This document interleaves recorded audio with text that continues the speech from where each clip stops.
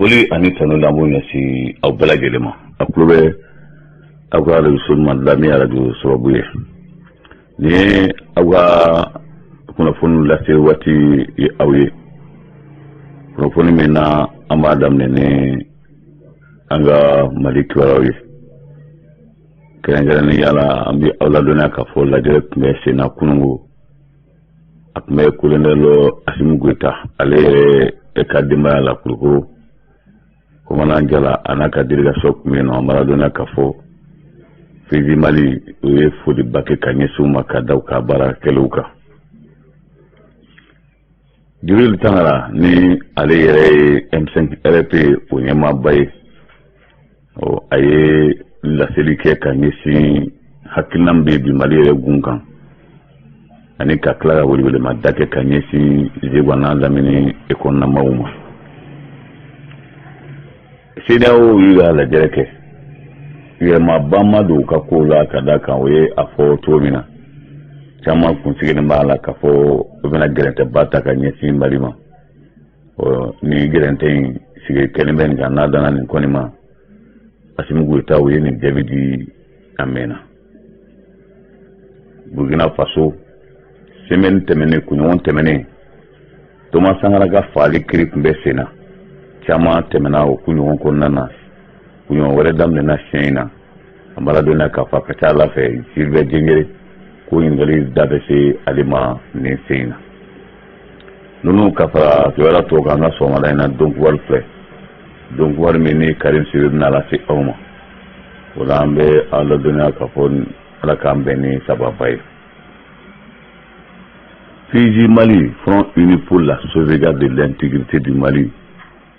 ale ye bonyaba sɔrɔ kunungo colonel Asimu Goyita yɛrɛ faso la Kulukoro. Lajɛrɛ kɛlen na lajɛrɛ tun bɛ boli fɛn damadama kan jamana bɛ bolo min kan maaw ka sigiyɔrɔ kelen ka hakilinaw jira ɲɔgɔn na taabolo minnu b'a la o de lajɛrɛba kɛra Kulukoro kunungo. Lajɛrɛ min senfɛ na a baaraw kun cɛla ni alikuranɛ kalanba ye alikuranɛ kalan min ni jɛkulu min kɔnɔna na o ye foliba lase bibi na Fizi Mali ma ka d'a kan ko Fizi Mali bilama bɛ jɔyɔrɔ min na colonel Asimu Goyita ka dɛmɛ na ko bɛɛ lajɛlen ɲɛ b'a la o ye yiraliw kɛ k'a yira k'a fɔ bibi na cɛkuma minnu bɛ bolo la o tɛ kun jɔ dɔw la n'o bɛ tali kɛ yɛrɛ kɔnɔna jara la an fɛ yan Kajolo mara ani Kɔrɔba jamana kan o foli tɛmɛnen kɔfɛ o ye a jira k'a fɔ jamana bɛ bolo min kan an bɛɛ lajɛlen kan fanga fara ɲɔgɔn kan walasa gɛlɛyaba min bɛ Mali kɔnɔna na ni hali bele dɔw m'a faamu hali bele dɔw kɔni mako bɛ min na o y'u poche kɔnɔnaw ye Mali bɛ se ka bɔ nin gɛlɛyaba kɔnɔna na cogo min na an b'a ladɔnniya k'a fɔ o fɛɛrɛ kɔni tigɛlen bɛ o siratigɛ la u kɛlen ko ka foli di nabaaw ma o ka tila ka kɛrɛnkɛrɛnnenya la ka Fizi Mali ka o fo ka o sɛbɛnkɔrɔ fo an b'a ladɔnniya k'a fɔ o tilala ka o kuma di Fizi Mali yɛrɛ a président ma n'o bɛ tali kɛ Kɛmɔgɔ Goyita la ale ye foliba kɛ maaw la minnu nana ka na nin kɛnɛ in kan kunungo an ka ale lamɛn. Jibril Tangara ni o kɔni fɔra maa min y'a seko n'a damayira bɛɛ lajɛlen kɛ Zegwa développement la ka d'a kan an bɛ kuma la radio so min kan o ye radio Wayale FM sababu ye o tigi o de ye Jibril Tangara ye o ka sanga ka jɔyɔrɔ yɛrɛ ma bibi in na Mali yɛrɛ gun kan M5 RP kɔnɔna na kunungo an ye lajɛrɛ sigi lajɛrɛ min na anw ye kuma bala ni tɛngwa la hakilina min b'a la jamana in taabolo la ani welewelema kan min b'a bolo jamana in taabolo la Jibril da don a caman na k'a lase a ma kunu ko fasoden ɲuman maa ma ni kɔni ye maliden ye n'a y'a sɔrɔ Mali kɔni hami b'i la ko maa yɛrɛ kɔni tɛ kalafili ko kuma fɔ tile fila in na o hakilina minnu bɛ ni olu y'a ta ka don M5 RP kɔnɔ tuma min na ni jamana ɲɛmaa kɔrɔ tun bɛ yen Ibrahim Boubacar Keïta o jara farala ɲɔgɔn kan ka a fɛlɛ wuli ale la o baara nana kun cɛ ni sɔrɔdasiw ka baara min ye o hakilina na an b'a ladɔnniya k'a fɔ hali bele M5 RP ka hakilina o de bɛ ka bila sen kan sisan o kɛra sababu ye n'o ye M5 RP ɲɛmaa dɔ ta n'o bɛ tali kɛ Dr Sogɛl Kokala Mayiga la ka ale kɛ premier ministre ye baara taabolo ka ɲi wa a tɔ ye min ye o y'a ye ka senkɔrɔma dondon walasa waati min bɛ na di kalafili ma o ka d'a kan bɛɛ b'a dɔn bi k'a fɔ jamana bɛ bolo min kan kalafiliko kuma kɔni t'a la n'o dun t'a la baara bɛ se ka bila sen kan cogo min na assise min fɔra n'o ye sigikafɔba min fɔra ni o kan ka daminɛ togodaw la ka na a lase Bamakɔ ko a kɔni ka d'ale bɛɛ lajɛlen k'i sen don o lajɛrew la a ye foli kɛ Zegwakaw la kosɛbɛ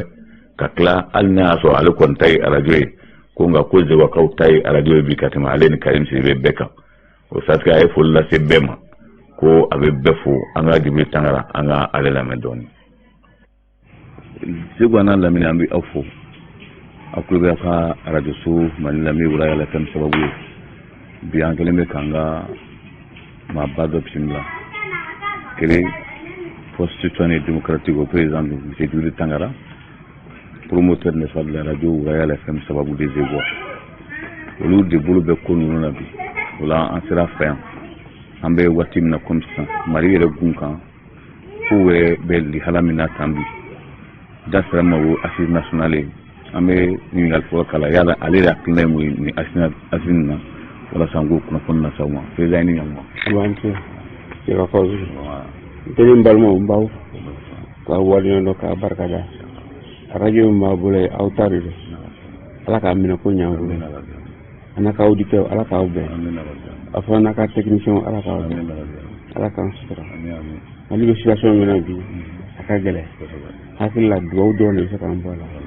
dugawu ani barika ani min bɛ an ɲɛ wolo n'o ye kotontala ye n'an y'a to ala yɛrɛ kama ka koto ɲɔgɔn ta ka sigi ka kuma ne hakili kɔni ye Mali ka sira taabolo ɲuman dɔ ye bon an b'o sira de kan sisan autorité intérimaire ninnu an bɛ baara min na sisan transitaire transiti an bɛ transition mɔgɔw an b'o fo k'u waleɲuman dɔn a sɔrɔsi ni a homme politique an b'u barikada aw minnu bɛ radio lamɛn n'a ye maliyɛn denmisɛnw ye a bɛ dugawu kɛ ala ka sigi ka fɔ dan ala ka baaraw sigi ka fɔ Mali bɛ yɔrɔ min an ni kɛlɛ man kan an bɔ yɔrɔ ka jan an ka ca ko caman kunna an kan ka sigi yan ka sigi ka surtout an bɛ yɔrɔ min na an bɛɛ ko Mali an bɛɛ ko Mali mais surtout an ko Mali kura ani Mali kura tɛ Mali peinturelen ka Mali taabolo caman yɛlɛma ka kɔrɔlenw bila ka taabolo kuraw ta taabolo kura ye mun ye fasoden ɲumanya an bɛɛ k'a dɔn ko Mali y'an ta ye an bɛɛ k'a dɔn ko taayɔrɔ wɛrɛ t'an na ni Mali tɛ an bɛɛ k'a dɔn ko Mali ye an fa jamana ye an bɛɛ k'a dɔn ko Mali ye danbe jamana ye donc n'o danbe ko min fɔra yɛrɛ dɔn de bɛ ko fɔ n'an bɛɛ y'an yɛrɛ dɔn je crois qu'an bɛ min ɲini na ala b'an dɛmɛ k'a sɔrɔ an ko sisan yɔrɔ min na transition an ye caman kɛ premier coup bɔra yen n'o ye Bandɔ ni Mɔkutari Wani ye olu ye sira min ta coup d'État kɔfɛ M5 ko k'o tɛ sira ɲuman ye k'u tɛ Mali kura ka sira kan u b'u yɛrɛ ka sira kɔrɔ o ye ka sira kɔrɔ min ye ka baara kɛ ni Mali juguw ye maa minnu k'u ti Mali fɛ ka baara kɛ n'u ye u tɛ Mali ka sutura fɛ donc an k'o tɛ Mali sira ye Mali kura ye min ye an k'an yɛrɛ dɔn an kɛ Mali fɛ Mali ye fɛn min ye an k'a dɔn an ka fɔ an denw ɲɛna an ka maakɔrɔbaw k'a fɔ an ɲɛna an ka taa o sira fɛ donc ni politique nana k'an dɔnni senkɔrɔ an bɛ politique bɛɛ dabila k'a baara kɛ ka Mali ka baara kɛ fɛn bɛ Mali ta ɲɛ an b'o baara kɛ donc an ko baara tɛ se ka kɛ f'an ka sigi ka fɔ bamananw ko sigi ka fɔ ye dan an bɛna sigi ka waati min kɛ ka taabolo kura yira Mali la ka taabolo kura yira maliyɛnw na i kɛra politicien i kɛra sɔrɔdasiw i kɛra bagangɛnɛw i kɛra commerçant i kɛra écolidenw i fɛn fɛn ye Mali kɔnɔ yan bɛɛ ka jɔ i jɔyɔrɔ la bɛɛ k'i taa sira dɔn bɛɛ k'i yɛrɛ dɔn bɛɛ ka Mali ka danbe dɔn o fana si tɛ se ka ɲa ni sɛbɛn min bɛ Mali kɔnɔ yan n'o ye constitution ye n'o ye loi électorale ye n'o ye code de procédure pénale ye sariya sɛbɛn fɛn bɛ yen n'a bɛ Mali kɔnɔ an ka sigi k'a bɛɛ fɛsɛfɛsɛ défaut bɛ fɛn fɛn na an k'a bɛɛ redresser k'a bila an ka Mali kura tɔnɔ o tɛ se ka ɲa fɔ sigi ka fɔ kɔ o sigi ka fɔ in fana maa kelen ko tɛ a bɛ daminɛ depuis commune na commune bɛ sigi k'a kɛ a bɛna cercle bɛ sigi k'a kɛ région b'a kɛ a bɛna laban Bamakɔ yan o de ye assise nationale an ko n'o assise nationale banna Mali kura taacogo bɛ ye malkura kun bɛ bɔ le bɛɛ mana ban an bɛ sɔn ka élection kɛ ka fanga di maa minnu mana élu kura ye ka fanga d'u ma ka baara kɛ kosɛbɛ voilà président min faamu na yali bibi na ka sanga assise national ma wele kan jɔn bɛ bolo ka ɲɛ sisi wana lamini bɛɛ lajɛlen ma walasa ka jigin dɔɔni si wana lamini an kɔni b'a ɲini fɛ hali ni tɛ politicien i ye malien kosɛbɛ hali ni tɛ politicien Mali ɲani ka di ye hali ni tɛ politicien Mali ka hɔrɔnya ka di ye Mali ka k'a yɛrɛ ye o ka di ye an b'a ɲini fɛ mɔgɔ ma i bɛ commune na commune rurale commune urbaine n'i welela assise na i ka taa hali n'i yɛrɛ ma wele parce que kuma fɛ kuma bɛ ne fɛ k'a fɔ maire kuma bɛ fɛ k'a fɔ assise in kɔnɔna na min bɛ se ka Mali kɔnɔ hakili bɛ dɔ min na a k'a to n k'o don a ka Mali sira ma donc n b'o wele fɔ yan mɔgɔ si ka n'i yɛrɛ bonya ma maa si kana fɔ ko assise ye yɛrɛ ɲini ko ye yɛrɛ kelen ko tɛ jamana ɲini ko de don n bɛ fɛ ka taabolo kura don an ka Mali kura kɔnɔna na n'an bɛ fɛ maliyɛn bɛɛ da ka don a la maliyɛn kalanlen ka ca a mɔgɔ suturalen fana ka ca mɔgɔ minnu kalan don sutura la n'u bɛ se k'an dɛmɛ ni hakili ye u ka taa assise kɛnɛ kan k'u ka hakilina ka fɔ ni Ala sɔnna maa minnu bɛ Mali tuyɔrɔ la a ma ladɔnniya k'a fɔ bɛɛ kun sigilen bɛ ka kulomada k'i ɲɛma jɔ tew ka kununko jaabiw lamɛn ka bɔ Akara lajɛrɛ a kɛra jamana ɲɛma caman tun bɛ a kɛnɛ kan ni min tun tɛ yen o ka tilade tun bɛ yen misali la fɛn min n'o gɛnna u ka jamana ɲɛma Nana Akufo Addo tun bɛ yen Alassane Dramane Ouattara tun bɛ yen Macky Sall tun bɛ yen Mariam Sabila Talata ka bɔ Benin ale tun bɛ yen ale ye vice président ye Beninkaw fɛ yen Yemi Osibanjo ale tun bɛ yen Nigeria ka tiladen kun don Sidi Keita ale tun bɛ yen ale tun ye Gambi o jɔyɔrɔ fa yɔrɔ ministre dɔ min ka baara ɲɛsinnen bɛ Gambi kɔnɔko ani jamana wɛrɛ kɔnɔko ɲɛbɔli ma Sawa Kemaya Liberia o vice président don ale tun bɛ a kɛnɛ ka kunu ka fara Roberto Dusseyi kan ale ye Togo o ka ministre min ka baara ɲɛsinnen bɛ Togo kɔnɔko ani jamana wɛrɛ kɔnɔko ɲɛbɔli ma Cap Vert Bertamino e Silva ale fana tun bɛ nin kɛnɛ ka kununko Cap Vert ale tɔgɔ la ka fara Virginie Anderson kan ninnu de tɛ lajɛrɛ kɛ kunu lajɛrɛ min n'a kun cɛra min na o y'a ye k'a fɔ ko jalakili ye Mali sɔrɔ jalakili ye Laginɛ o kɔni sɔrɔ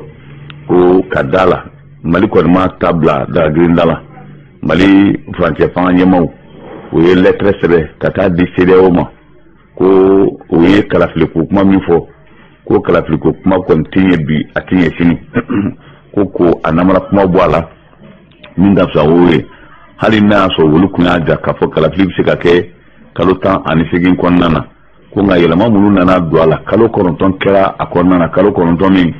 ni bandaw y'o kɛ o kalo 9 ma kɛ foyi ka da kan ko fɛn bɛɛ kun labɛnnen don segin kɛra bɛɛ lajɛlen kan o min kɛra ko a ko bɛɛ bolo min kan malidenw kana ka hakilina kana k'a ye bilen ka ci labɔ yɔrɔ wɛrɛ la kana o jagoya Mali kan ko o banna o satigɛ la ma ladɔnniya k'a fɔ ko o jagoya min tun bɛ yen nɔ ko o ye o ɲɛfɔ k'a to malidenw ka lasigi kɛ lasigi min n'an b'a fɔ ma ko assise nationale sɛbɛnw bɔra kaban sɛbɛn minnu bɔra a bɛna cari Mali fan bɛɛ lajɛlen na lasigi bɛna kɛ walasa o lasigi kɔnɔna na k'a daminɛ Togoda la ka na se fo Bamakɔ yan ko minnu bɛna bɔ o kɔnɔna na malidenw mana bɛn min kan ni malidenw ko bi hali sini sɔgɔma ko ka kalafili kɛ assise kɔfɛ ko o tabati t'o la o bɛ kɛ hali ni malidenw ko dun ko san 5 o ye Mali kan de ko CEDEAO k'a lajɛ ka to o de la ka d'a kan ko Mali bilama in coup d'état bɛ kɛ tuma min na Mali kun tiɲɛni bɛ tiɲɛ min na ko walasa ka fɛɛrɛ sɔrɔ la k'u ka Mali yɛrɛ ko lajɛ de ka kiiri tigɛ ko ka fisa hakilina dili ye bi in na maa mana fɔ k'i bɛ kalafili kɛ i bɛ taa kalafili kɛ min jamana yɛrɛ fan kelen bɛɛ lajɛlen minɛna taa yɔrɔ tɛ yen ko n'a fɔra o la ko ka kalafili kɛ ko o tɛ ɲɛ wa o kɛra sababu ye caman fana hakili la ka fɔ kunu ko CEDEAO ka lajɛlen sen fɛ ko o bɛna gɛrɛtɛba ta an bɛ gɛrɛtɛ miiri fɔlɔ o y'a ye k'a fɔ o bɛna frontière fermer wa ko o kuma t'a la frontière fermer ko kuma t'a la kuma wɛrɛ fana si t'a la min ye kuma kura ye kuma min b'a la dɔrɔn o y'a ye k'a fɔ minnu n'olu bɛ olu ye coup d'état kɛ ko gɛrɛtɛ bɛna ɲɛsin u ma o tɛ walasa ka taa yɔrɔ la n'a y'a sɔrɔ bolo nafolo bɛ yɔrɔ min ko bɛna o kuma ɲɛ u ma ko a ka ca Ala fɛ n'o kɛra ko hali o gɛlɛya bɛ se u ka somɔgɔw ma amala dona ka foko ni lajere sempe kunu lagine ta ko magelya o ma ke ko bay kada ka be ina fo tabulu jonyo so lawni lagine kawlu nyote o tabulu ikera sababu ye amala dona ka foko o ko magelya ko so be katayo ja o kum magelya o la ko ayala ka fo malita o mena o kilika be makala o ko akina metama klik memina o siga ke malila bitan kada ka ko be adoka fo maligela bayin Paribam ben malala ko mambito o pagali konana kafo kibe kalaflike be ba don kafo kalaflike tukutala o satka ulana kana wati jama ke marita kuna anana laba mi mawai kafo ko o akalafliku kuma kontala mari o kuna fondi o sida o fana ya garanta ta kanyesi munu noli o fati fan nyamawi ko nala sona ma bena garanta mita ko o bena sege au sempe o kɛra sababu ya mala dɔnniya k'a fɔ nin ko kɔni ma bali maliden caman na min balila malidenw la caman hakili la k'a fɔ a bɛna kɛ gɛrɛntɛba min ye o gɛrɛntɛw ala ma don o la o ko bɛna fara ɲɔgɔn kan sisan walasa mali bɛ se ka bɔ nin gɛlɛyaba in nin na ɲunugaw fɛ yen a mala dɔnniya k'a fɔ gɛlɛyaba kɛra jihadisiw la ɲunu tile fila in na ka sanga fɛn min ma mali sɔrɔsiw o y'a to fo ninnu sago ani dugu bɛɛ lajɛlen kɛ ɲolo mara la a laban min ma laban in na k'a dabila jumadon ka na kuncɛ kununko sɔgɔmada la a kɛra kasara dan ye terrorisiw olu kɔni ka fantilaw la o bolo caman minɛna maa caman fagara ni sen fɛ maa minnu ni olu bolifɛnw cɛ ani u ka kankɔnna minɛn caman farala ɲɔgɔn kan kunu maramafɛn kunna k'o fara ɲɔgɔn kan k'a kunnaya bɔ ɲɔnɔkan kɔni y'a jira k'a fɔ tiɲɛ yɛrɛ la bi kɔni hakilina sigi kɔni b'o olu fɛ bi ka sanga mali sɔrɔsiw o ye min kɛ tile fila in na olu de tilala kosɛbɛ ka foli ba lase mali sɔrɔsiw ma ka da kan u ye baara min kɛ nin tile fila in na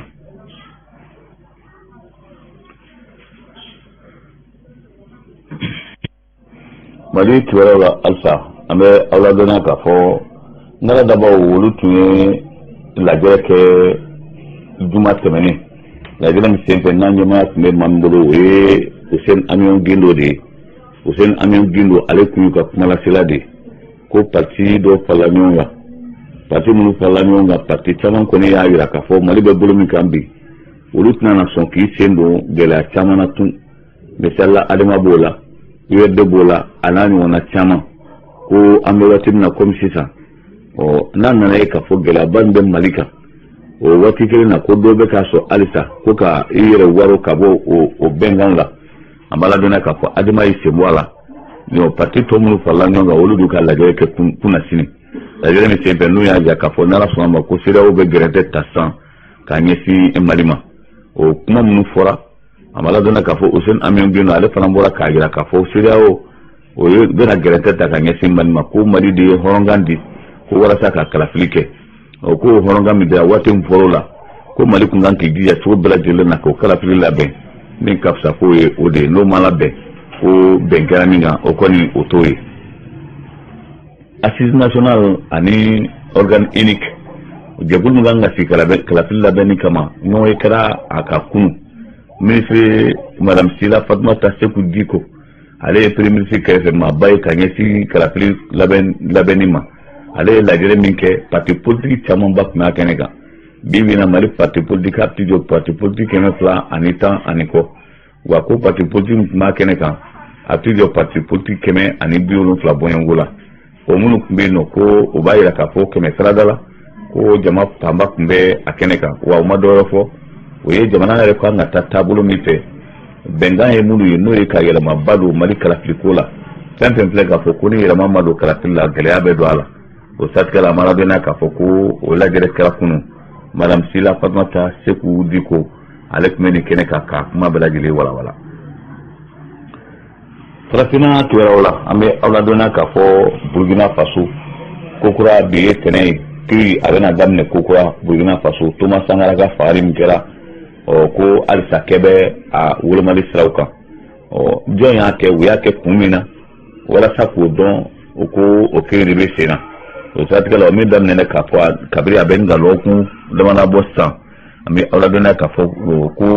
semaine dɔ kun cɛra semaine wɛrɛ bɛna daminɛ bi o semaine min bɛna daminɛ bi an bɛ aw ladɔnniya k'a fɔ ko o bɛna fɔlɔ dɔw ma bi k'u ɲininka minnu ni o ye dɔgɔtɔrɔlakaw ye Gilbert Diengere yɛrɛ fana kan ka ɲininka bi Jean Pierre Fabre k'ale fana kan ka ɲininka bi ka d'a kan ko olu bɛɛ lajɛlen nɔ bɛ nin ko in na dɔgɔkun tɛmɛnen o ye dɔgɔtɔrɔ dɔw ɲininka dɔgɔtɔrɔ minnu ni jalakili y'u sɔrɔ